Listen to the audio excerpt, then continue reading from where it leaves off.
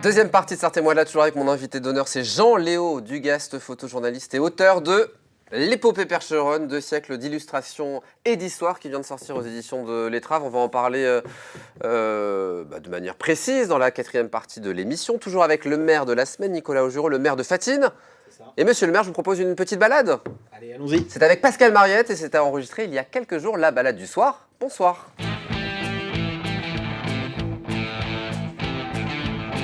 Bonsoir Pascal Mariette. Bonsoir. Il est en train de se préparer, il remet bien sa petite Je remonte chemise mes- car ce soir on parle de Fatine. Voilà, je remonte mes manches. L'ancien presbytère, l'école, l'ancienne mairie, l'urbanisation, le patrimoine vernaculaire. Mais pour commencer, l'église Saint-Jacques. Oui, l'église Saint-Jacques qui est une jolie église romane que l'on trouve à Fatine. C'est vraiment le patrimoine de Fatine. L'origine du nom Fatine, d'ailleurs, vient du latin facium, qui veut dire oracle, destin. Alors, est-ce que cette église a été... je sais pas, le but d'un pèlerinage, de quelque chose, parce que Saint-Jacques, on pense tout de suite à Saint-Jacques de Compostelle. Peut-être, mais regardez, cette église avec un cul de four, comme on dit, hein, cette partie arrondie. Pardon, un cul de four, Ouais, très bien. Parce que quand c'est arrondi, d'accord, voilà, très bien. comme ça. Avec, et puis elle est mignonne comme tout, c'est vraiment l'église rurale qui a été construite dès le XIe siècle. Donc c'est une paroisse assez ancienne qui était rattachée à la commune d'à côté, Montfort-le-Génois. Et donc, je vous conseille d'aller voir et faites le tour parce qu'elle était très bien restaurée, les petites ouvertures romanes. Et puis, il y a un petit détail, juste à côté de la porte, on aperçoit sur la photo, il y a une petite ardoise. Et sur cette petite ardoise, c'est une plaque commémorative pour commémorer, voilà, la plaque. Un curé, j'ai même retraduit ce qui est écrit dessus. Sigille le corps de monsieur Louis Bertin, père curé de Fatine, décédé en odeur de piété, le 23 juin 1730, rempli de ses devoirs, il se consacra sans réserve au travail de son ministère. Il ne chercha que la gloire de Dieu et le salut des âmes. Et il y a écrit à la fin, repose en paix avec une petite tête de mort qui est là.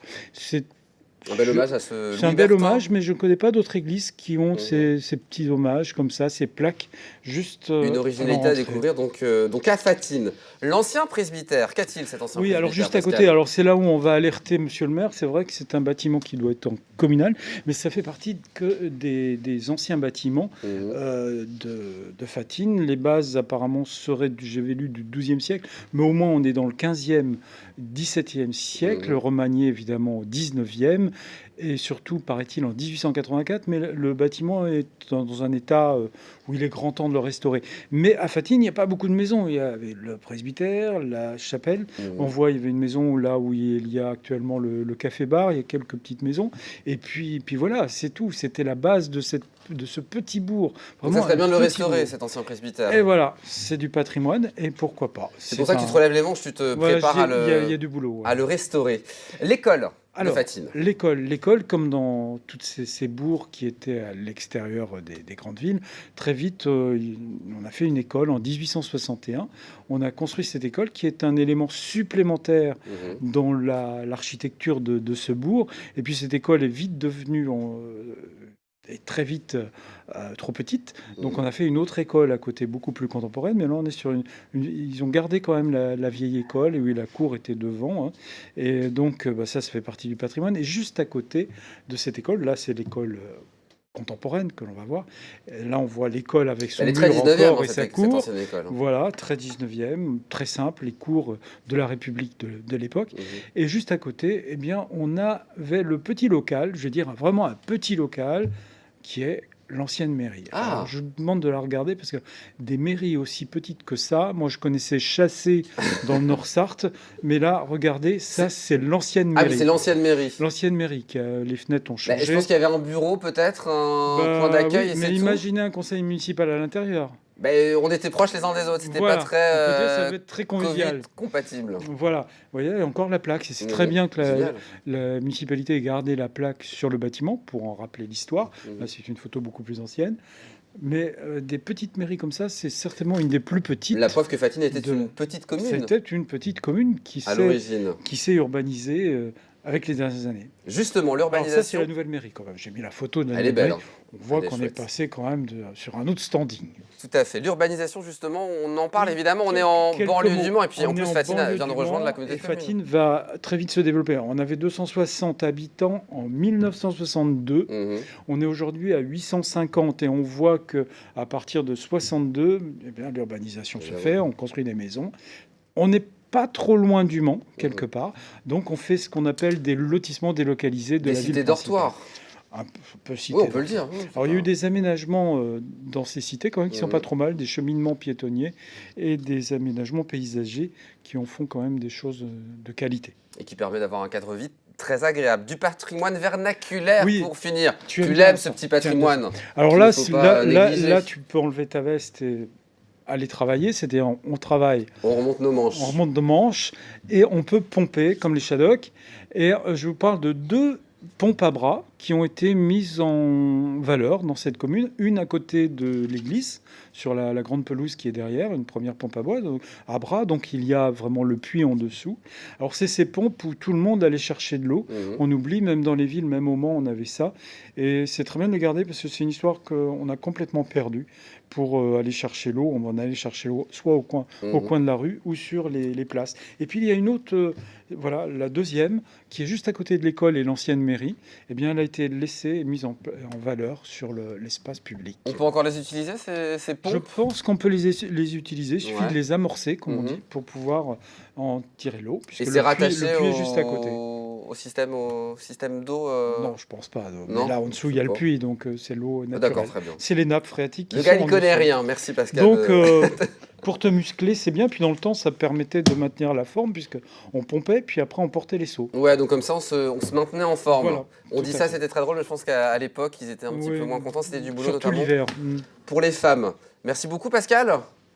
À bientôt. À bientôt, et on se retrouve la semaine prochaine pour À de la nouvelles semaine. aventures. À la semaine prochaine. Merci à Pascal Mariat, qu'on retrouvera la semaine prochaine pour de nouvelles balades en Sarthe. Jean-Léo, c'est l'heure de bosser?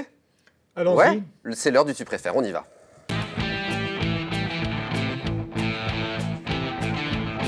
Monsieur le maire, on va vous proposer 2 choix. Vous allez nous dire ce que vous préférez. Jean-Léo, vous avez le droit de tutoyer monsieur le maire. J'ai le droit de te tutoyer. Bien, allons-y. Alors, peut-être même de dire Nico. Ah oui. Bah, c'est ce que- Nico. Ah, je voudrais juste qu'on embrasse Augustin avant d'oublier. C'est votre fils, c'est son anniversaire ce soir. C'est ça, On exactement. embrasse 3 Augustin ans. qui nous regarde. Bon anniversaire, Augustin. Nico, tu préfères la mer ou la montagne? La mer l'hiver, la montagne l'été. La ville ou la campagne? La campagne. L'automne ou l'hiver? L'automne. L'automne. La lecture ou la musique? Ah. La musique. Le vélo ou la marche à pied? Marche à pied. Marche à pied. En matière de communication, la voiture ou le train? Ah, la voiture. La voiture. Et puis, très important, la maison ou la mairie? À la maison. Ah, directement. Ah oui. là, C'est bien, c'est bien. Vous allez rentrer tranquille ce soir. Alors, plombier ou maire? Ah, Oh, mer. Alors, un petit peu maintenant, un petit peu de gourmandise. Les rillettes ou les 24 heures? Les rillettes. Le Janière ou le Coteau du Loir? c'est dur, hein? Le coteau du Loir. Ah, ok. Le Coteau du Loir. Alors, la Sarthe ou le Loir? Voilà ça. La Sarthe. Les 24 heures du Mans ou les 6 heures de Fatine? Oh, oh, oh, je vais me faire des ennemis. Genre de Les fatigue. 24 heures du Mans. Bon, d'accord. Comité des fêtes ou Génération Mouvement? Oh, bah arrêtez, c'est trop dur. C'est l'occasion d'en parler, c'est pour ça que je. Non, les deux. Les deux, allez. Les deux, accepte. allez. Bah, ça va être la même chose après, je pense. La bécane ou la grenouillère? Oh, les deux aussi. Impossible. Alors, c'est quoi du coup? C'est des. C'est des lieux-dits. C'est des lieux-dits. Ouais, tout à fait. L'étang de Fatine ou la Gemmerie? Oh, les temps de fatine. Dans Fatine, pas. Champagné ou Saint-Corneille?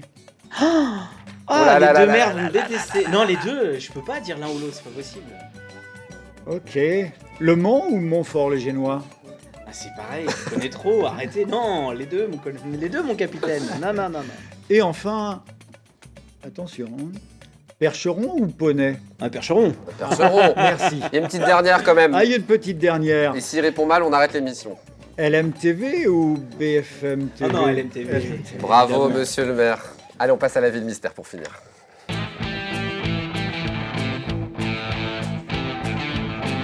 Vous allez aider nos téléspectateurs à découvrir la commune dont je recevrai le maire la semaine prochaine. Si vous avez la bonne réponse, vous pouvez envoyer un mail à jeu au pluriel @lmtv.fr. Qu'est-ce qui a gagné, monsieur le maire? C'est vous qui régalez ce soir. Eh bien, écoutez, une petite bouteille, la bulle sartoise de la maison Gigou. Donc voilà. Et ben moi, je vous dis que ça va jouer si les gens ont la bonne réponse. Vous êtes prêts à jouer? Vous pouvez aider, hein, évidemment. Ma ville mystère est située à 44 km 200 de Fatine via la départementale 323. Une idée? Une charade à présent. Mon premier est la préfecture du département de la Moselle en Lorraine. Mon deuxième peut être Manta, de fesses ou de cheveux. Mon tout est ma ville mystère. On y trouve le gîte des Mésangères. Et là, ça va vous aider. Les habitants s'appellent les Mézréennes et Mézréens. Du coup, Mézeray. Peut-être, si vous avez la bonne réponse, envoyez un mail à jeu au pluriel @lmtv.fr. Bonne chance à tous. Peut-être que monsieur le maire vous a aidé ce soir. Merci beaucoup d'être venu sur le plateau. Merci. Vous reviendrez évidemment, parce qu'il y a Oui. plein de projets sur la commune. Donc, Avec plaisir. Et si j'ai un petit problème, chauffagerie, plomberie Chauffage Ouais. plutôt que chauffagerie Pardon, j'ai dit chauffage. Le mec, il n'y connaît rien. Pourquoi pas? Bon, je verrai. Merci beaucoup en tout cas d'être venu sur le plateau. Merci. Jean-Léo, vous restez avec moi. D'accord. On va causer patois dans un instant. On va Je écouter. crois que vous le connaissez, le bonhomme. Oui, on le connaît, on le connaît. Bon, à Dans tout de le suite, c'est Nord. Fernand Lejar.